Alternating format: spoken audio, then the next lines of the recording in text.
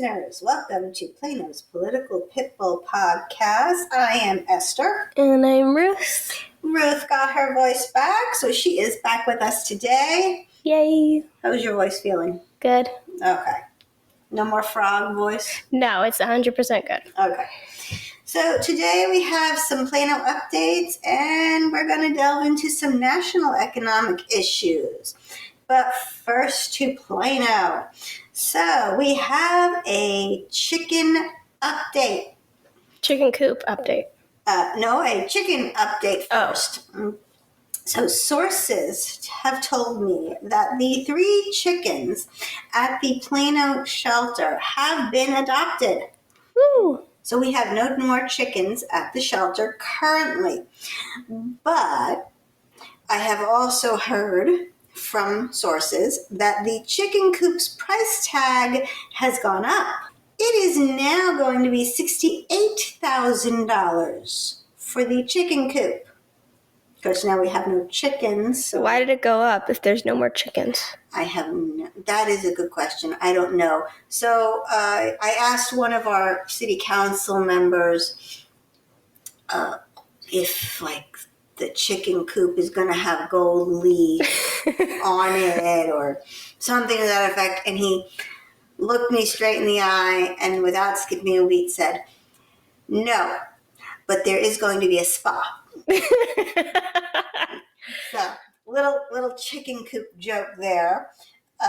They are not quite sure why, at least people that I have talked with have no idea why it's going to be so expensive. The only thing I can think of is they're going to make it really large, possibly unnecessarily large, because they're anticipating a lot of people adopting and then abandoning chickens, which I don't know how many people in Plano actually want to adopt chickens or have the room for it.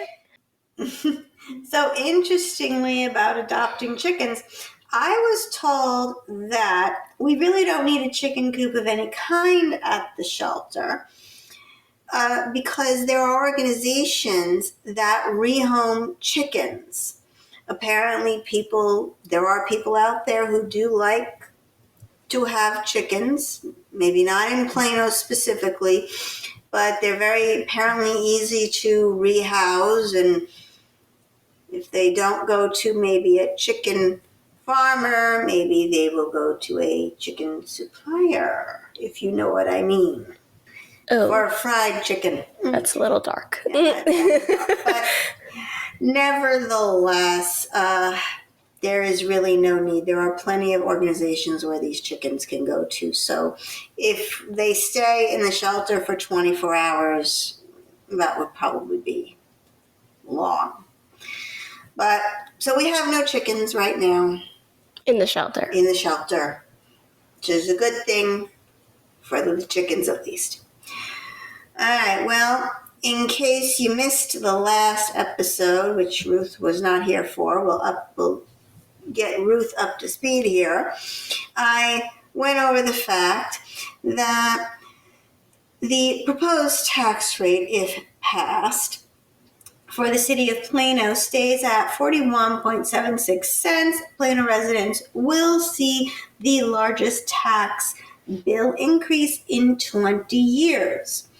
And if you, dear listeners, want to see what your bill will be for next year, go to mytaxdollar.plano.gov. mytaxdollar.plano.gov. And after you put in the value of your home and any exemptions you have, the website will tell you how much your total bill will be with a breakdown for each tax-paying entity. So in Plano, we also have our school district, our county college, and the city. So look at your bill from 2024 and do the math. The average homeowner will see a 12% increase for the city of Plano. For me, that means I will have to fork over $300 more to the city. And if you are like me and you are not getting a 12% raise by January 2025 and can't afford the increase, you have until September 9th to voice your opposition to the City Council, because on September 9th, the Council will vote on the tax bill increase.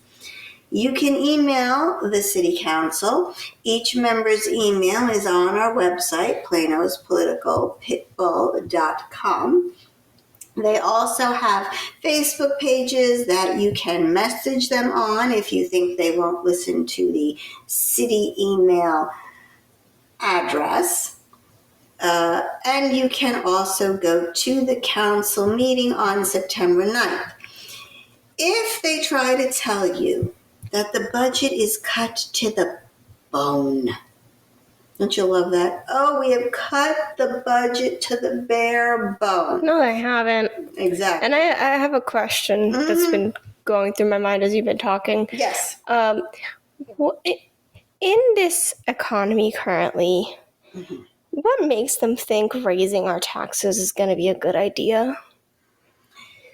So the excuse that I keep getting, or that the citizens keep getting, or they keep giving the residents, is that inflation has gone up, prices have skyrocketed, and Yeah, so wouldn't it be good if we could keep a little bit of money in our pockets? I would think so. You know, they complain that their sales tax revenue is decreasing, even though they're supposed to be getting $3 million more than they got last year, but apparently that's flattened. That's flattening out. $3 million, pardon me, $3 million more is a flattened out. Well, I wonder why, because people have less money in their pockets. And prices have skyrocketed. People are buying less. So I wonder why the sales tax revenue has gone down. But they're still going to be making $3 million more than they made last year. So to me, that's not going down. That's still going up. It's a decrease from what they made last year. No, it's not a decrease of what they made last year. It's an increase of $3 million more. I'm saying that, let's say, I don't know what the exact number was for last year. Let's say last year they made a revenue of $7 million. Mm-hmm. Okay. This year they're getting $3 million. That's a no. No. I'm getting this wrong. You're getting this wrong. Okay.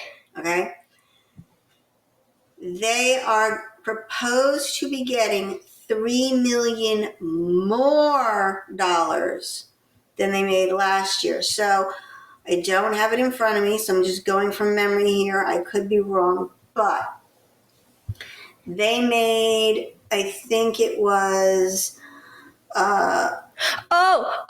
Okay. So let me just change one. I'm just going to add one little word to my example. Mm-hmm. Last year they made I'll use the same numbers. They made $7 million more. This year they made $3 million more. The amount of which they made more of has decreased. Oh. Yes. The profit, think of it in like a business, the profit margin decreased. Yes, but see, only a city could say that only the city could look at that as a negative. Well, yeah. I mean... Well, that's why I said, think of it like a business where the profit margin has decreased. You're still making a profit, but it's less than what you made the previous year. Interesting. Okay. Yes, you could look at it that way. But that's still $3 million more than what they had the previous year. Or what they thought they were going to have. See, they estimate what they're going to have, what they're going to get, So to me, if they estimated, let's say they estimated 10 million, and now this year they're going to be making 13 million, that's still 3 million more than they thought they were going to get. See what I mean? But we digress. But yeah, they did not cut some things, even though they said they cut. And one thing they did not cut is economic development. They are budgeting the exact same amount for economic development as they did last year, $8.5 million. The Economic Development Fund still has $43 million in it currently. They could use $6 million of that $8.5 million to cut our tax rate by 1 cent and have $7.5 million added to the fund to give the companies who don't need it money. I mean, if we want families to be able to afford to live here, they have to be able to afford the property tax bills. People will not move to Plano if it is too expensive. Okay? And they keep saying, we need families to move here. Well, and we need more affordable housing. Well, you know how you get more affordable housing? Have affordable taxes. Speaking of expensive, the candidates for president have put out some of their economic plans. And today we are going to talk about some of the current vice president's ideas or plans for the economy. I just want to remind you that our podcast is nonpartisan. So we are strictly looking at this not from a red or blue perspective, but from a green one. Green as in money. So the first thing the vice president wants to do if she should be elected as president is raise the capital gains taxes to 44.6%. The rate is currently 15 to 20%. That's a large increase. That is a large increase. It's practically double. And the 15 to 20 depends on how much you made from your investment and whether you are married or single, filing jointly, filing separately. So, first, let me explain what a capital gains is. Do you know what a capital gains is? Not specifically. Didn't think so. Okay. So, a capital gains is basically you make an investment. All right. The government usually, or the politicians usually think of these things when they're talking to their future voters is, the big rich guy investing in stocks. Well, it's not just that. A capital investment could be a house. Yes, it could be a stock. It could be anything that usually goes up in value. All right.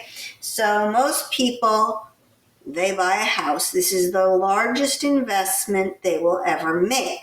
And the idea is that you live in that house and you hope that when you go to sell that house, you will make a profit, a gain on the investment you made in that house. That is a capital gain. And let's say you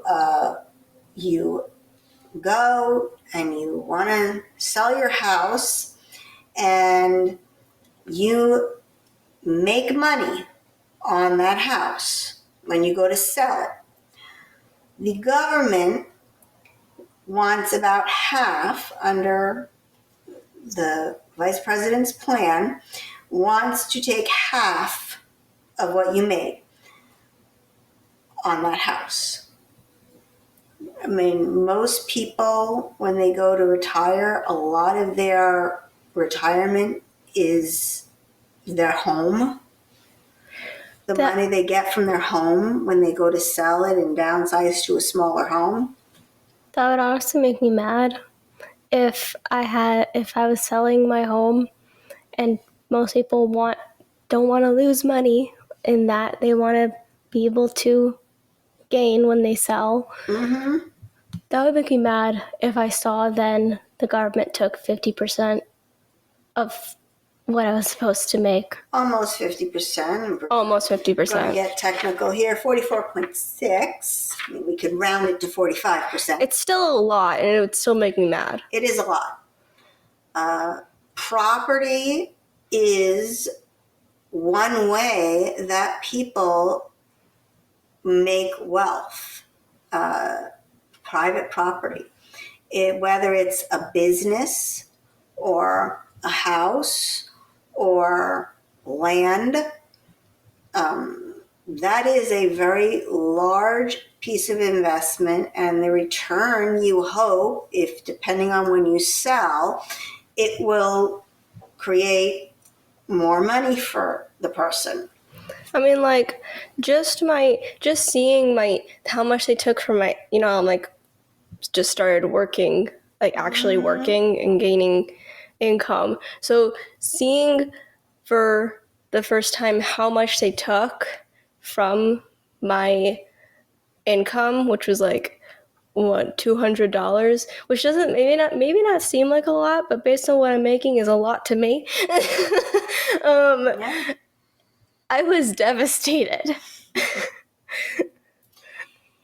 In reality, when people first start working, it is quite a shock to them at how much the government actually takes, even from those who are not making a lot of money.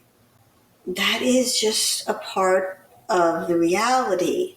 Now, does it have to be? No, but that is something that politicians usually, especially if you are what we call a W-2, that's where they get most of their taxes is W-2 income.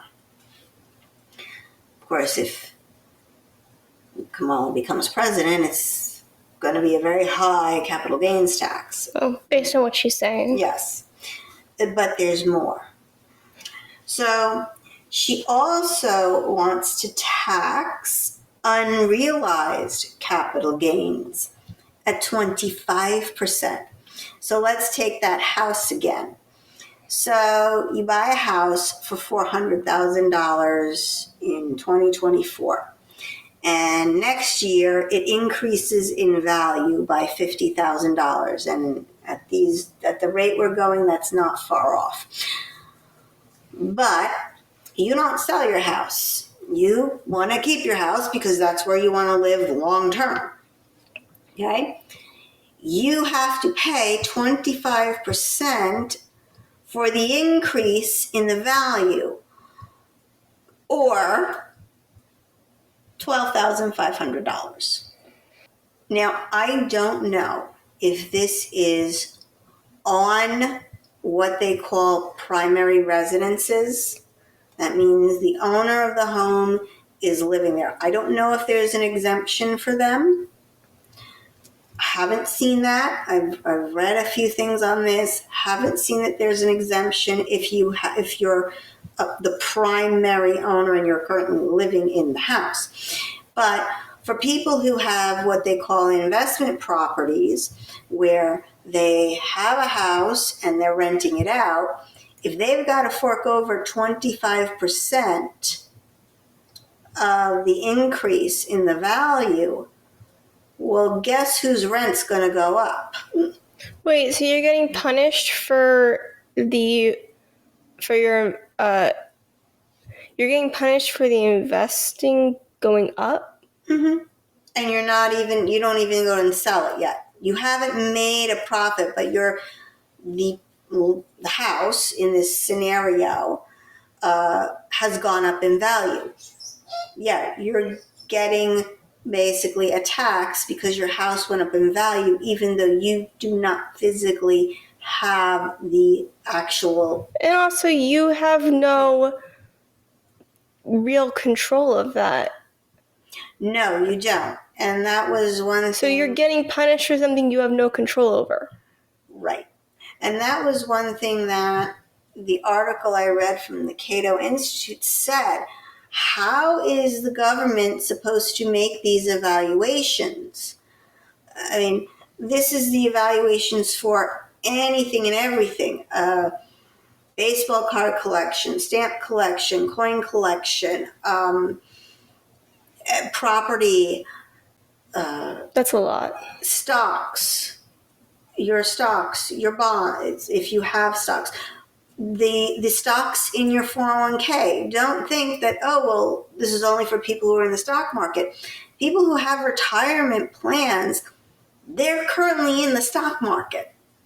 All right? That's where the 401k is, while it's very diversified, those investments are in the stock market.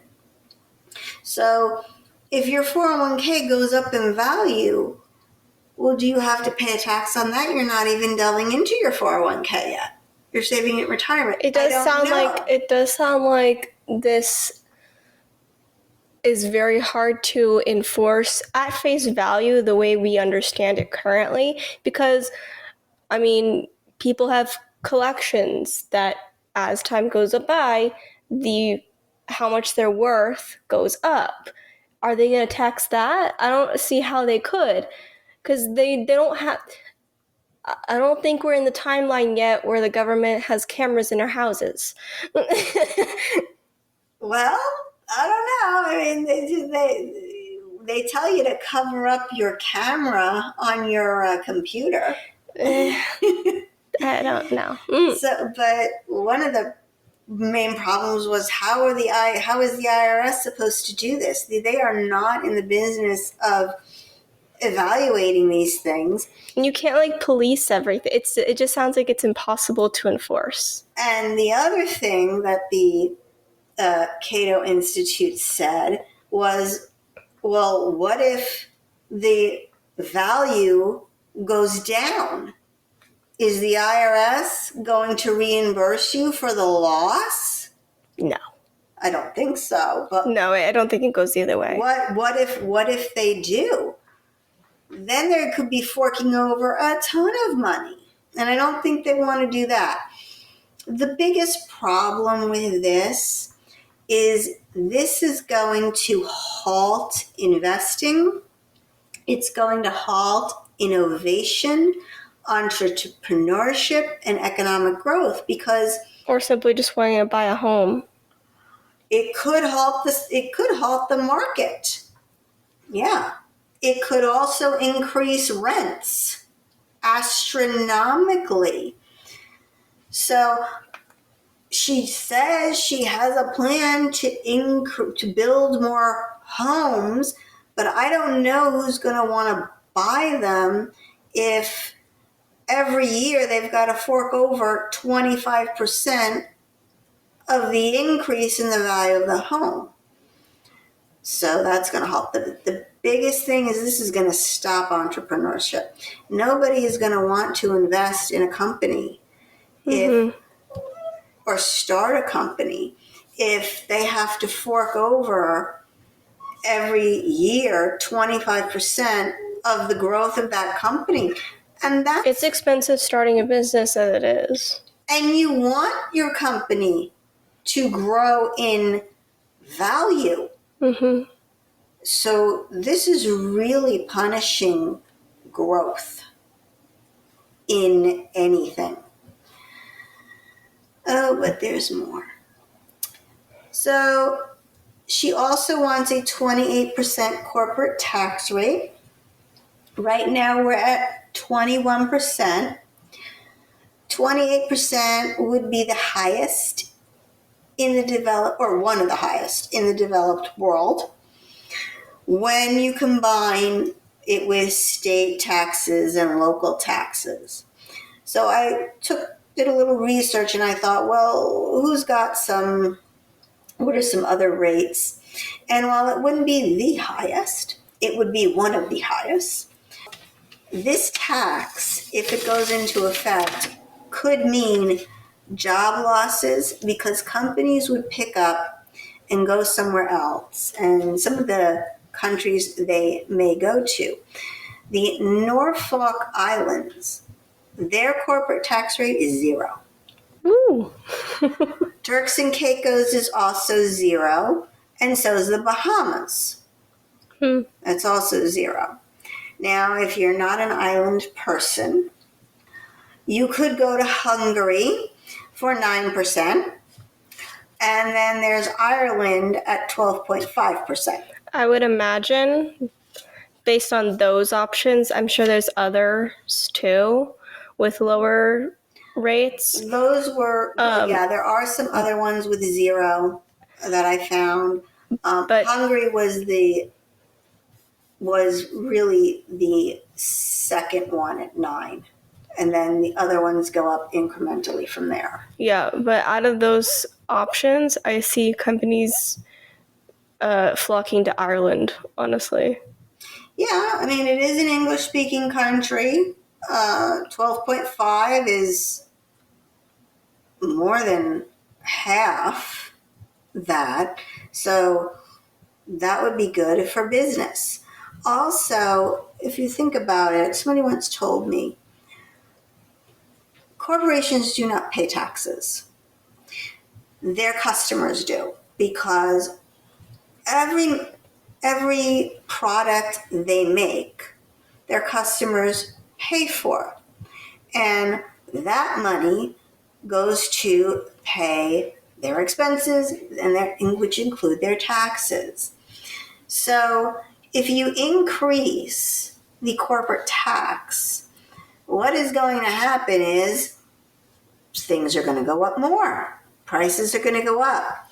Unless, of course, they decide, forget this, we're moving and we're going overseas. That was one of the reasons why they went overseas in the first place, for better taxes. They're also going to increase income tax rates on top wage earners. They could not find the rate, just heard that they want to increase it. And when you add state, local taxes to the bill, 36 states and DC will be on the wrong side of the Laffer curve. What's the Laffer curve? So, actually, I think it's the Laffer curve. Laffer. What's the Laffer curve? Laffer curve. One of the pronunciations. Okay. So, good question. So, what this is it's a formula, okay, based on a formula. And it is the point when higher taxes create economic distortions and tax revenue actually goes down instead of going up. So you want a sweet spot. There is this sweet spot in the taxes where if you get it just right, if it's not too low and not too high, sort of like the Goldilocks of taxes, okay? Not too high, not too low, okay? The government will actually bring in more money. With an increase in the tax rate, and remember, you've got states out there with very high property taxes, very high income taxes.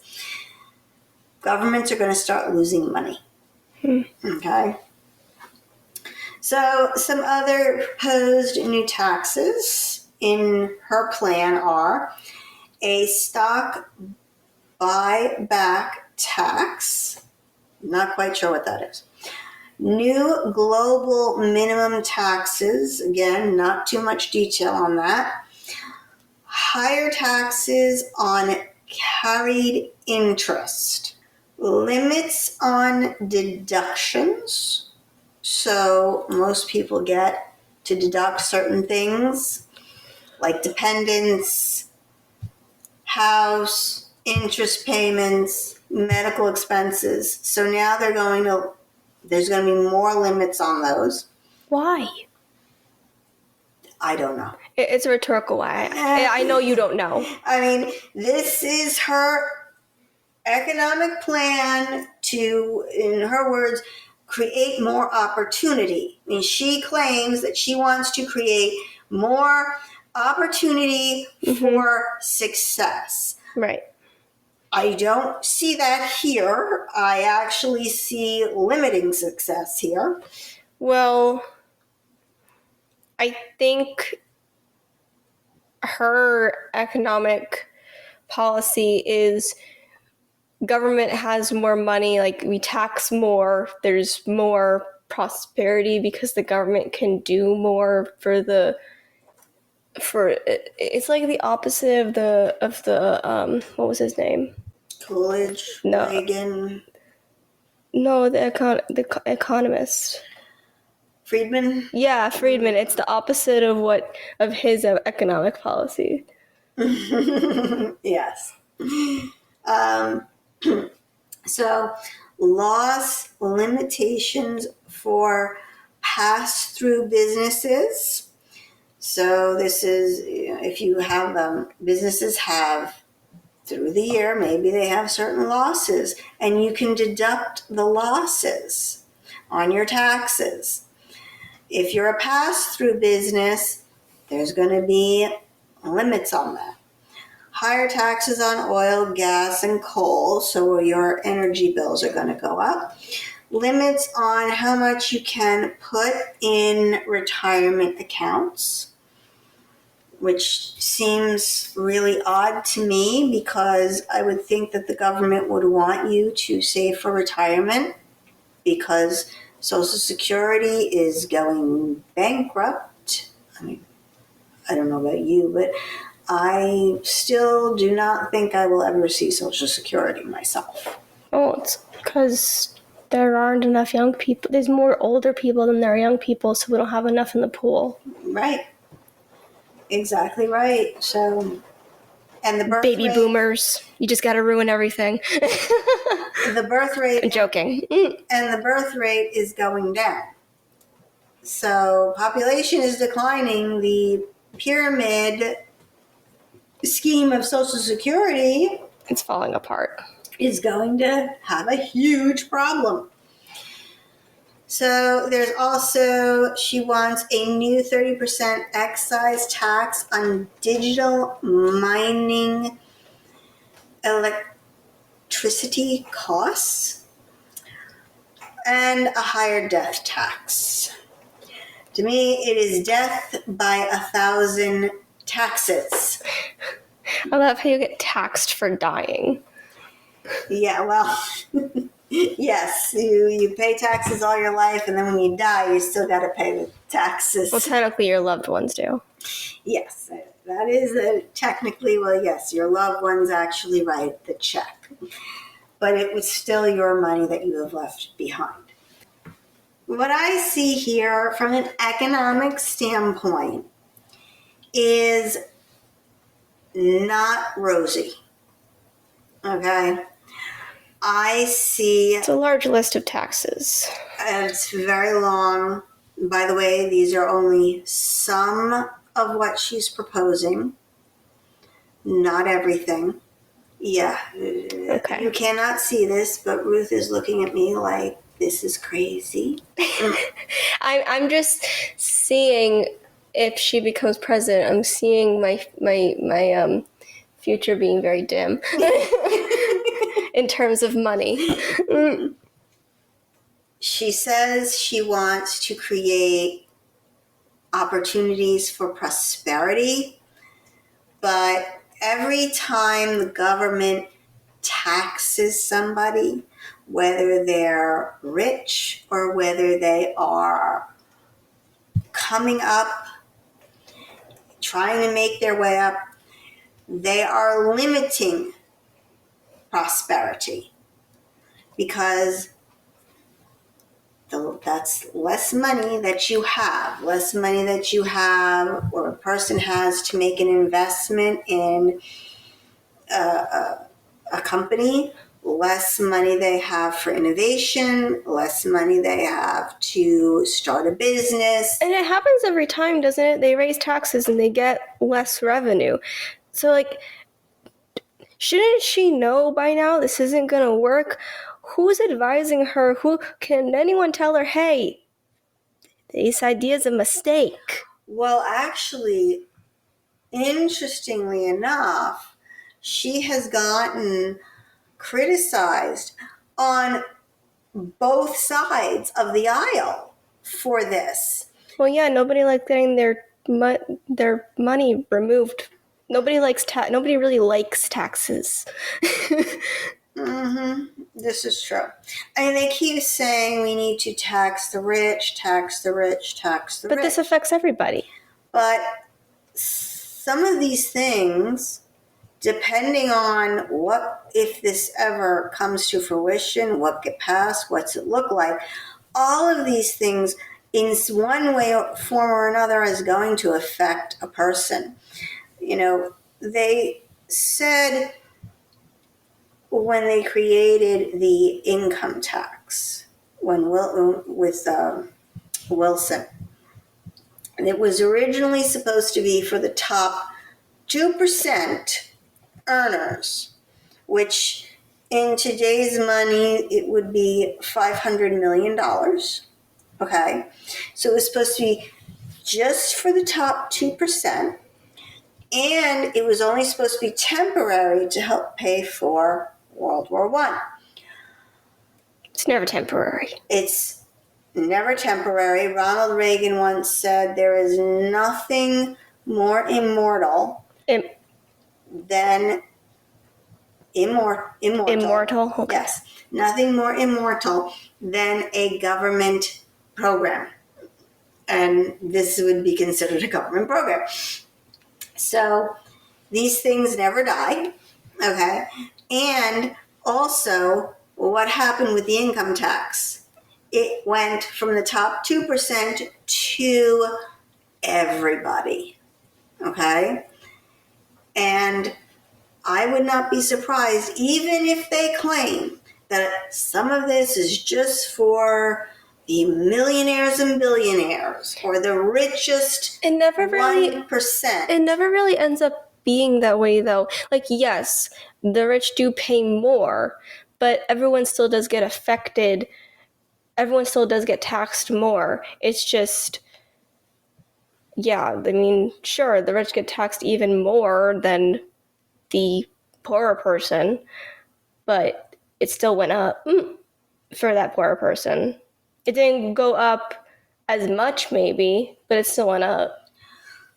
Yeah, well, she did say that she doesn't want to raise taxes for those making under $400,000.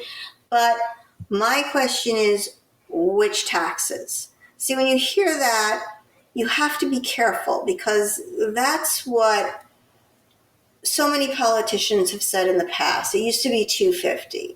Barack Obama famously said, if you make under $250,000, I'm not going to tax you one thin dime. And he ended up raising the gas tax. Obamacare had a tax because you had to buy insurance. So they might only mean the income tax. Well, yeah. Does she just mean the income tax? I mean, she wants higher taxes on oil, gas, and coal. So that's clearly going to affect everyone, because most people use gas.